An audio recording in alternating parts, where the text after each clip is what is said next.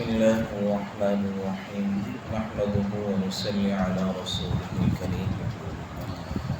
محرم الحرام کا مہینہ چل رہا ہے۔ محرم الحرام کا مہینہ جو ہے بہت ہی عظمت والا مہینہ ہے، حرمت والا مہینہ ہے، احترام والا مہینہ ہے۔ اب اس کا معنی یہ ہے کہ اس مہینے کو سنت کے مطابق گزارا جائے۔ اس مہینے کے متعلق جو آپ کے علیہ السلام نے کرنے کے کام بتلائے ہیں وہ دو کام، وہ میں آپ کے سامنے عرض کر دیتا ہوں۔ پہلا کام تو آپ علیہ السلام نے اس مہینے میں روزہ رکھنے کی فضیلت کو بیان فرمایا۔ حدیث میں آتا ہے، آپ علیہ السلام کا فرمان ہے کہ افضل الصیام بعد شہر رمضان صیام شہر اللہ المحرم۔ مسلم شریف کی حدیث ہے کہ رمضان کے بعد جو فضیلت والے جو روزے ہیں ان میں سے یہ محرم کے مہینے جو اللہ کا مہینہ ہے اس میں روزے رکھے جائیں تو یہ بھی بہت فضیلت والے جو ہیں روزے ہیں۔ اور اس کے بعد آپ علیہ السلام نے مزید اس کی وضاحت فرمایا من صام یوما من المحرم فلہ بکل یوم 30 یوما، کہ جو آدمی محرم کے مہینے میں سے ایک روزہ رکھے گا، محرم کے جو ایام ہیں ان میں ایک روزہ رکھے گا تو اللہ تعالیٰ ہر روزے کے بدلے 30 یوماً اسے 30 روزے رکھنے کا ثواب عطا فرمائے۔ یعنی 30 دن جو ہے یا محرم کے 29 دن ہوں گے، ان میں ہم کسی بھی دن کا ایک روزہ رکھیں گے تو اللہ تعالیٰ ہمیں 30 روزہ رکھنے کا ثواب عطا فرمائے۔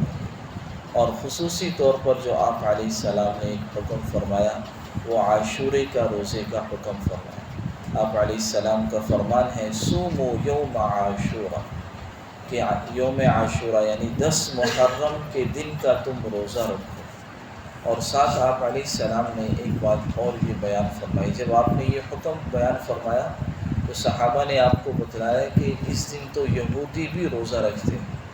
پھر آپ علیہ السلام نے ان سے پوچھا کہ تم کیوں روزہ رکھتے ہو 10 محرم کا؟ تو انہوں نے بتایا اس لیے کہ 10 محرم کو اللہ تعالیٰ نے فرعون کو غرق فرمایا تھا اور حضرت موسیٰ علیہ السلام کو اللہ نے نجات دی تھی، اور بنی اسرائیل کی قوم کو بھی ان کے ظلم سے، فرعون کے ظلم سے نجات ملی تھی۔ اس کی جو ہے شکر کے طور پر ہم رکھتے ہیں۔ تو پھر آپ علیہ السلام نے ایک بات اور بیان فرمائی، پھر فرمایا صحابہ سے خالف الیہود، کہ تم جو ہے یہودیوں کی مخالفت کرو، صوموا قبلہ یوما او بعدہ، ایک روزہ تم ساتھ اور ملا لو عاشورہ کے ساتھ، چاہے 9ویں کا رکھ لیا کرو، یعنی تم 2 روزے رکھا کرو، 9ویں 10ویں یا 10ویں 11ویں کا روزہ رکھا کرو۔ تو یہ ہمیں ایک بات تو یہ مل گئی کہ عاشورہ کے دن کا روزہ رکھنا یہ سنت ہے، اور اس کے ساتھ ایک روزہ اور ملانا چاہیے۔ دیکھیں ہمارے پیارے نبی صلی اللہ علیہ وسلم عبادت کو بھی یہودیوں کے ساتھ جو ہے ان کے ساتھ مشابہت نہیں ہونے دے رہے کہ کہیں عبادت بھی ان کے ساتھ ان کے ساتھ مشابہت نہ ہو جائے۔ آپ نے عبادت کو بھی جدا کرنے کی کوشش کی۔ اسی بھائیوں ہمیں بھی یہ چاہیے کہ ہم بھی سارے معاملات میں اپنا مسلمانوں والا طریقہ اپنائیں، غیروں کے طریقوں پر جو کفار کے طور طریقے ہیں ان سے ہٹیں، مسلمانوں کے ساتھ ہماری مشابہت ہونی چاہیے ہر کام کے اندر، کیونکہ اللہ کے نبی کا فرمان ہے من تشبہ بقوم فہو منہم، کہ جو آدمی جس کی مشابہت اختیار کرتا ہے کل قیامت کے دن اس کا حشر بھی انہی کے ساتھ کر دیا جاتا ہے۔ تو اس لیے جو ہے ہماری ہر کام کی مشابہت جو ہے مسلمانوں کے ساتھ۔ اور ایک اور آپ نے عاشورہ کے دن کی فضیلت بیان فرمایا صوم یوم عاشورہ احتسب علی اللہ ان یکفر السنة التي قبلہ، کہ جو عاشورہ کے دن کا روزہ رکھے گا میں اللہ تعالیٰ سے امید کرتا ہوں اللہ تعالیٰ اس کے پچھلے 1 سال کے گناہوں کو معاف فرما دے۔ تو یہ بات ہمیں مل گئی کہ ہمیں ایک تو 9ویں 10ویں یا 10ویں 11ویں کا روزہ رکھنا چاہیے، اس کا آپ علیہ السلام نے حکم دیا اور اس کی فضیلت بھی آپ کے سامنے آ گئی۔ دوسرا ایک حدیث میں یہ بات بھی آپ علیہ السلام نے فرمائی جو محرم کے متعلق ہے، آپ نے فرمایا من وسع علی اہلہ یوم عاشورہ، کہ جو آدمی 10 محرم کے دن اپنے گھر والوں پر وسعت کرے، یہاں حدیث میں جو ہے واضح لفظ ہے اپنے گھر کا ذکر ہے، تو اس سے مراد یعنی جو آپ کے اہل و عیال ہیں، جہاں آپ کا یہ کھانا بنتا ہے، اس کے بارے میں آپ کا یہ حکم ہے کہ اپنے گھر میں ذرا وسعت کر دینا، یعنی بہتر کھانا بنانا۔ عام دنوں میں سبزی بنتی ہے تو اس دن جو ہے آپ گوشت بنا لیں، تھوڑا اچھا والا بنا لیں، اسی طرح ساتھ جو ہے کوئی میٹھا بنا لیں، کوئی اور چیز جو ہے ساتھ تھوڑا سا، تاکہ آپ کے گھر والوں پر تھوڑی سی وسعت ہو جائے۔ تو اس کی فضیلت آپ نے یہ فرمائی، وسع اللہ علیہ سائر سنتی، جو 10 محرم کے دن اپنے گھر والوں پر وسعت کرے گا، اللہ تعالیٰ جو ہے سارا سال اس پر وسعت فرمائے۔ تو یہ دو چیزیں ہیں جو کرنے کے کام ہیں، کہ یہ دو چیزیں احادیث مبارکہ اور حضور صلی اللہ علیہ وسلم کی زندگی سے ہمیں ملتی ہیں۔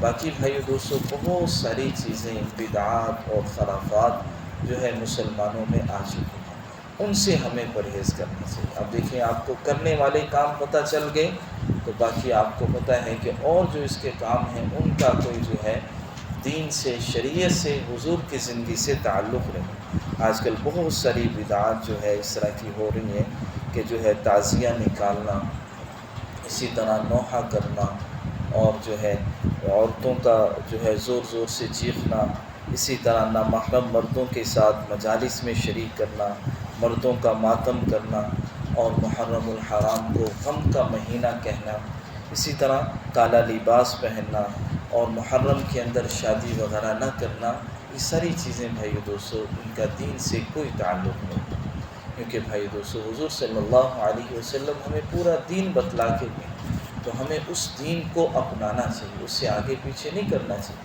جو آپ نے دین کی حد بیان کر دی، ہمارے لیے مکمل کر دیا، نہ اس میں ہم کمی کر سکتے ہیں نہ اضافہ کر سکتے ہیں۔ حضور نے ہمیں ایک راستہ بتلایا، آپ نے فرمایا اس راستے پر چلو تو سیدھا جو ہے جنت کی طرف چلے جاؤ، دائیں بائیں نہ ہو۔ تو اپنی طرف سے دین کے اندر جو ہے، اب دیکھیں یہ ماتم کرنا، نوحہ کرنا، اس کا جو ہے غم کرنا، کسی کے حدیث میں آتا ہے کوئی آدمی فوت ہو جائے تو 3 دن کے بعد اس پر آپ غم یا ماتم یا نہیں کر سکتے۔ صحابہ کے بارے میں یہ معمول دیکھا، صحابی حد کے بارے میں معمول لکھا ہوتا تھا کہ جب ان کے گھر میں فوتگی ہو جاتی تو 3 دن بعد وہ جو ہے تکلفاً اپنے لباس کو بہتر کر لیتے، اور جو ہے اپنے چہرے پر تھوڑی سی مسکراہٹ لے آتے، تاکہ کہیں ایسا نہ ہو 3 دن کے بعد بھی ہمارے چہرے سے غم آیا ہو۔ آپ نے صرف عورت کے بارے میں فرمایا کہ اگر اس کا شوہر فوت ہو جائے تو وہ 4 مہینے 10 دن عدت میں بیٹھے گی، صوم کرے گی، اس کے علاوہ جو ہے باقی کوئی جو ہے صوم، نوحہ کرنا، ماتم کرنا، اپنے آپ کو تکلیف پہنچانا، اپنے آپ کو مارنا، حدیث میں یہ آتا ہے کہ کوئی آدمی اپنے آپ کو چہرے پر مارے یا تکلیف پہنچائے تو آپ نے فرمایا وہ ہم میں سے نہیں۔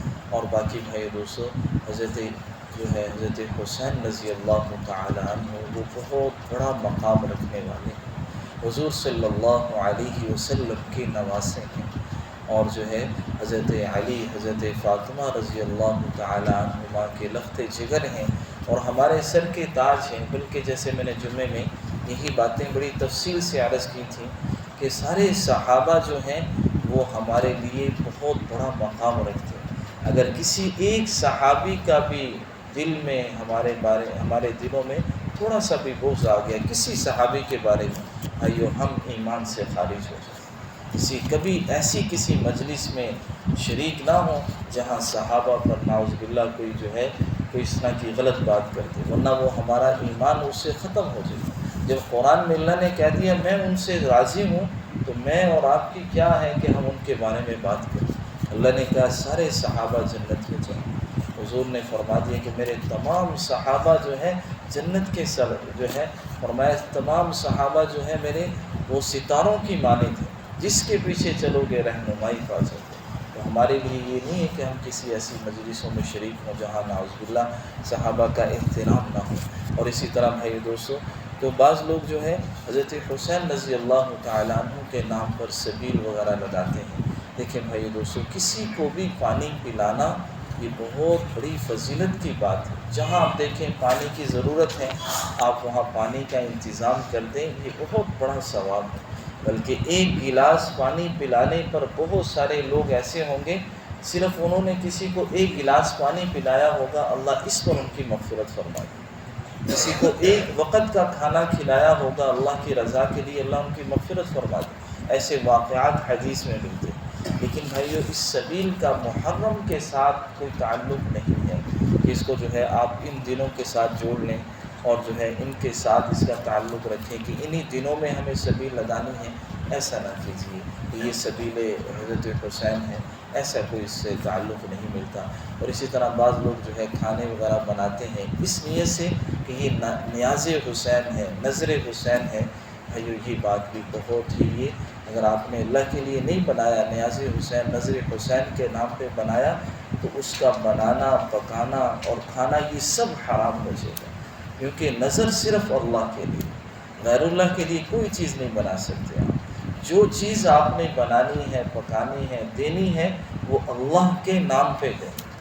ہاں، اس کا ثواب آپ کسی کو بھی بھیج سکتے ہیں۔ آپ اللہ کے نبی کو بھیج دیں، کسی ولی کو بھیج دیں، کسی صاحب، جس کو چاہیں بھیج دیں، یہ ٹھیک ہے۔ لیکن بھائی دوستو، کہ کسی کے نام پہ پکا لینا کہ فلاں بزرگ کے نام پہ یا فلاں صحابی کے نام پہ میں پکا رہا ہوں، تو وہ غلط ہو جائے گا، کیونکہ قرآن میں اللہ نے صاف فرمایا وَمَا أُحِلَّ بِهِ لِغَيْرِ اللَّهِ، جو چیز بھی غیر اللہ کے نام پہ دی جائے گی وہ اللہ کو پسند نہیں۔ جیسے عبادت صرف اللہ کی ہے، اسی طرح جو مالی عبادات ہیں ان کا تعلق بھی اللہ ہی کے ساتھ، آپ اس کا ثواب کسی کو بھی پہنچا سکتے ہیں۔ اور اسی طرح جو ہے بعض لوگ قبرستان جانا جو ہے محرم میں یہ ضروری سمجھتے ہیں۔ پہلی بات تو یہ ہے کہ عورتیں تو بالکل قبرستان نہیں جا سکتی۔ آج کل جو ہے بعض موقعوں پہ دیکھا گیا کہ عورتیں بھی قبرستان جائیں، ان کے بارے میں تو حدیث میں منع کیا گیا۔ عام قبرستان میں جانے کا حکم یہ ہے، حضور صلی اللہ علیہ وسلم نے فرمایا کہ قبرستان جایا کرو، اس لیے کہ اس سے آخرت تمہیں یاد آئے گی، اور جو ہے تمہیں اپنی آخرت کی تیاری میں یہ جانا جو ہے مددگار ہوگا۔ تو اس نیت سے جانا، اپنے عزیز و اقارب کی ایصال ثواب کی نیت سے چلے جانا، یہ محرم کے ساتھ اس کا کوئی تعلق نہیں ہے۔ جب چاہیں آپ روزانہ جانا چاہیں روزانہ جا سکتے ہیں، جمعے کے دن فضیلت آتی ہے، جمعے کے دن آپ جائیں، لیکن خاص محرم کے دن جانا اس کی کوئی شرعی لحاظ سے کوئی حیثیت نہیں۔ آپ پورے سال میں جب چاہیں جانا جو ہے جا سکتے ہیں۔ آپ کا حکم ہے کہ قبرستان جایا کرو، تو اس نیت سے جانا، اور اسی نیت وہاں جا کے اس کو سوچنا بھی کہ جو ہے جیسے آپ نے فرمایا کہ اس سے تمہیں موت یاد آئی، تو ایسے نہیں ہم ہنسی خوشی گئے اور وہاں سے ایسے ہی آ گئے، بلکہ وہاں جا کے بیٹھیں اور یہ سوچیں کہ ایک دن مجھے بھی اس جگہ پہ آنا ہے، میرے ساتھ کسی چیز نے نہیں آنا، میرے اعمال نے آنا ہے، اس کی تیاری اور محنت کرنا۔ تو یہ چیزوں کا بھائیو، یہ جو چیزیں تھیں محرم کے متعلق میں نے عرض کر دی۔ باقی کوئی آپ کے ذہن میں سوال ہو تو وہ آپ بعد میں پوچھ سکتے ہیں۔ اللہ تعالی ہم سب کو عمل کی توفیق